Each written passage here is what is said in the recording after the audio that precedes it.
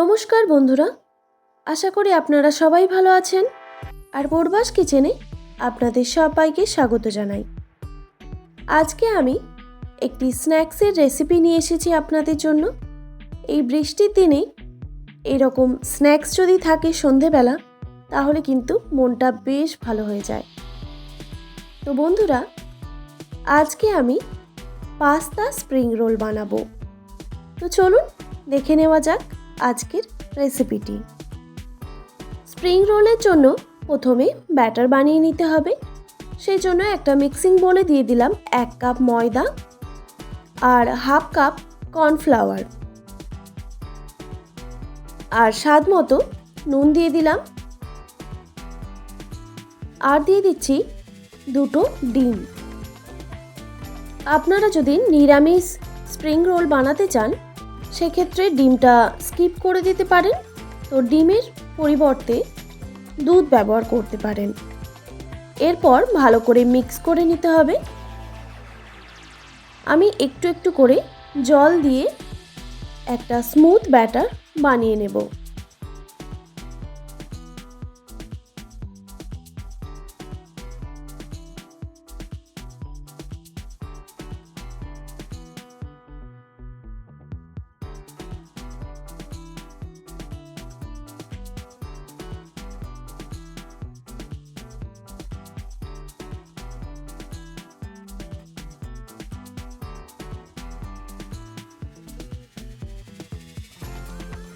তারপর ভালো করে ফেটিয়ে নিতে হবে, এর মধ্যে কোনো গুটি বা লাম্পস যেমন না থাকে।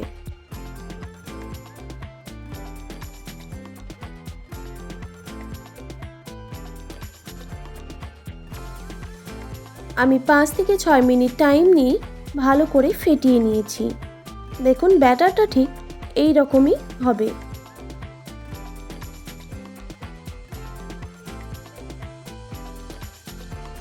এরপর রুটিগুলো বানিয়ে নিতে হবে। সেই জন্য একটা ফ্রাইং প্যান বসিয়ে দিয়েছি। এর মধ্যে দিয়ে দিলাম সামান্য পরিমাণে ব্যাটার। এবার এক্সট্রা ব্যাটার আমি এইভাবে ঢেলে রেখে দিলাম।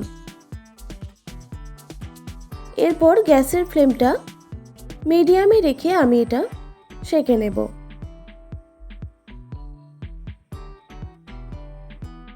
এইভাবে 40 থেকে 50 সেকেন্ডের মতো রেখে দিলেই দেখবেন খুব সহজেই উঠে আসছে। আমি আপনাদের আরও একটা রুটি বানিয়ে দেখাচ্ছি।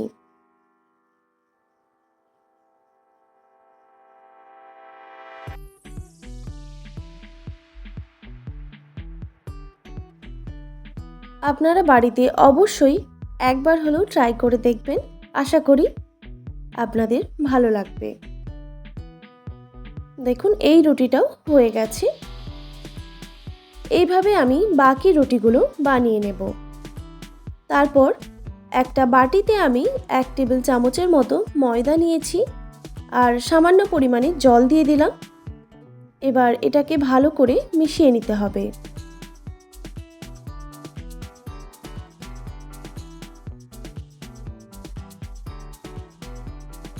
দেখুন এটা একদম রেডি। এবার এটাকে আমি সাইডে রেখে দিলাম। এরপর স্প্রিং রোলের জন্য পুর বানিয়ে নিতে হবে।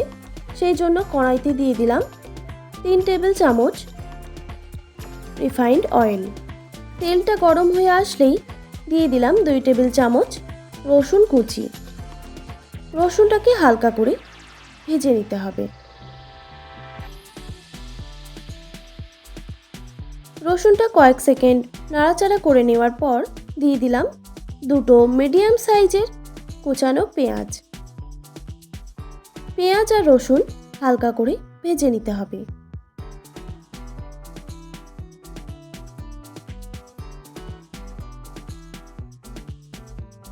পেঁয়াজ আর রসুন ভাজা হয়ে গেছে।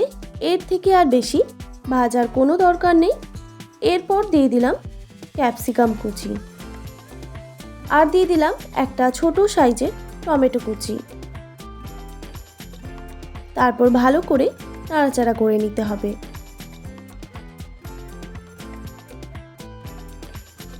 এরপর দিয়ে দিচ্ছি স্বাদ মতো নুন।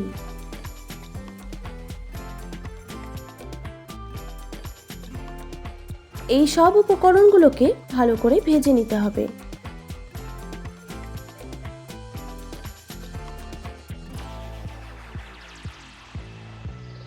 সব উপকরণগুলো ভাজা হয়ে গেছে। এরপর দিয়ে দিচ্ছি সেদ্ধ করে রাখা পাস্তা। এরপর এখানে আমি কিছু মশলা অ্যাড করে দিচ্ছি। দিয়ে দিলাম চিলি ফ্লেক্স, আর দিয়ে দিলাম অরিগ্যানো, আর দিয়ে দিচ্ছি পাস্তা সস। আপনারা যদি চিজি পাস্তা পছন্দ করেন সেক্ষেত্রে চিজটাও ব্যবহার করতে পারেন, কিন্তু আমি এখানে চিজটা দিলাম না। 2 টেবিল চামচ পাস্তা সস দিয়ে দিয়েছি। এরপর ভালো করে মিক্স করে নিতে হবে।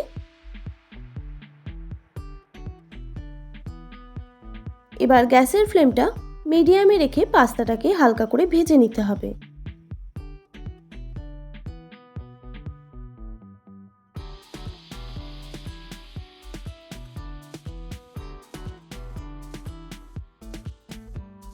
কিছুক্ষণ আমি পাস্তাটাকে খুব ভালো করে ভেজে নিয়েছি। স্প্রিং রোলের জন্য পুর একদম রেডি। এবার আমি গ্যাসের ফ্লেমটা অফ করে দিলাম। আর আপনাদের রুটিগুলো একটু দেখাচ্ছি, এইরকম পাতলা হবে। হ্যাঁ, এর থেকেও পাতলা হয়, কিন্তু আমি এই রকমই একটু মোটাভাবেই রাখলাম। খুব পাতলা বানালে এটা ছিঁড়ে যেতে পারে। এরপর ভেতরে আমি পাস্তার পুরটা দিয়ে দিলাম।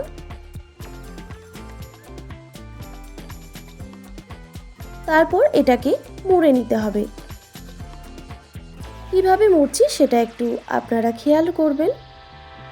এইভাবে এক সাইডটা মুড়ে দিয়ে আমি ময়দার যে একটা ঘোল বানিয়ে রেখেছিলাম সেটা দিয়ে দিলাম। এতে ভালো করে আটকে থাকবে আর কোনোভাবেই পুর বেরোনোর চান্স থাকবে না।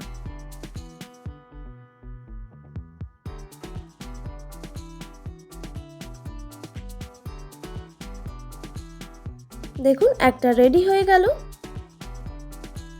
আমি আরও একটা আপনাদের বানিয়ে দেখাচ্ছি, তাহলে আপনাদের বুঝতে সুবিধা হবে।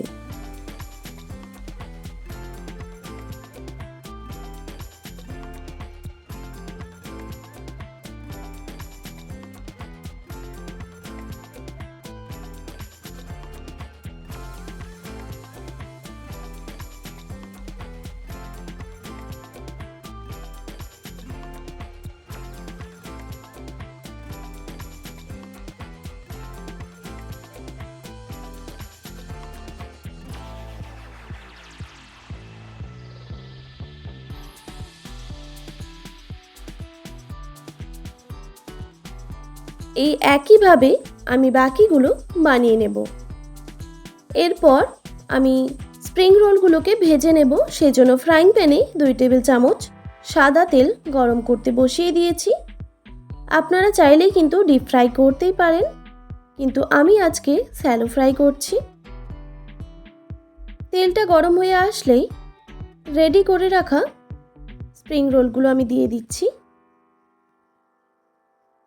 আর গ্যাসের ফ্লেমটা লো টু মিডিয়ামে রেখে ভেজে নিতে হবে। এক সাইডটা ভাজা হয়ে গেলে আর এক সাইডটা উল্টে ভালো করে ভেজে নিতে হবে।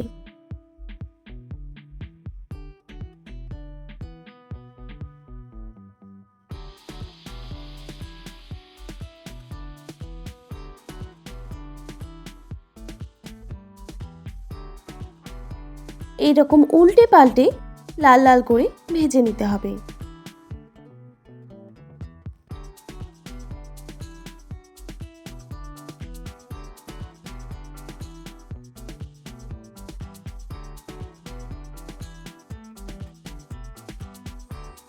স্প্রিং রোলের 2 সাইড থেকেই ব্রাউন কালার চলে এসেছে, একদম পারফেক্টভাবে ভাজা হয়ে গেছে।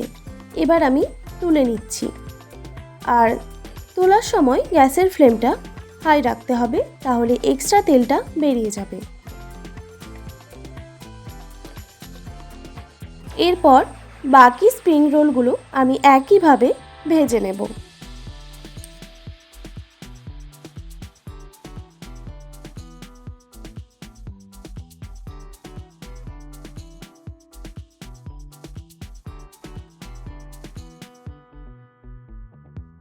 এরপর গরম গরম পরিবেশন করুন।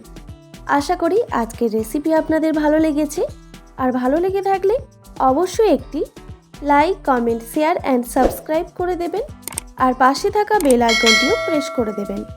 তাহলে নিত্য নতুন রান্নার ভিডিওগুলি আপনাদের কাছে পৌঁছবে। ভালো থাকবেন, সুস্থ থাকবেন। দেখা হচ্ছে নতুন কোনো রেসিপি নিয়ে। আর এতক্ষণ আমার সঙ্গে থাকার জন্য আপনাদের সবাইকে অনেক ধন্যবাদ।